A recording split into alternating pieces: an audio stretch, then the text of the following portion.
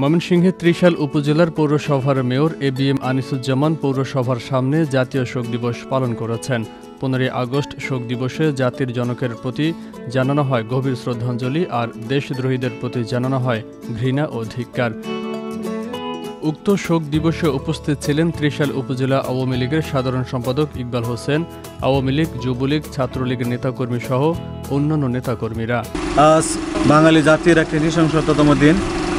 15 August বাঙালি জাতির অবসংগঠিত নেতা জাতির জনক বঙ্গবন্ধু শেখ মুজিবুর রহমানকে আজকের এই দিনে বিদেশি ইন্ধনে এদেশের দালালরা তাকে হত্যা করেছিল। আজকে জাতীয়ভাবে সারা বাংলাদেশ ও সারা পৃথিবীতে এই শোক দিবস পালিত হচ্ছে। ত্রিশাল উপজেলা আওয়ামী লীগ এবং সহযোগী সংগঠন বিশেষ বর্ধিত সভায় মাসব্যাপী কর্মসূচি আমরা হাতে নিয়েছি। তারই অংশ হিসাবে আজকে সকাল 10টায় উপজেলা পরিষদ চত্বরে আমরা বঙ্গবন্ধুর প্রতিকৃতিতে পুষ্পস্তবক অর্পণ করি। দোয়া এবং মিলাদ মাহফিল গণভোজের আয়োজন করা হয়েছে। সেখানে জেলা, উপজেলা এবং সর্বস্তরের নেতৃবৃন্দ উপস্থিত থাকবেন।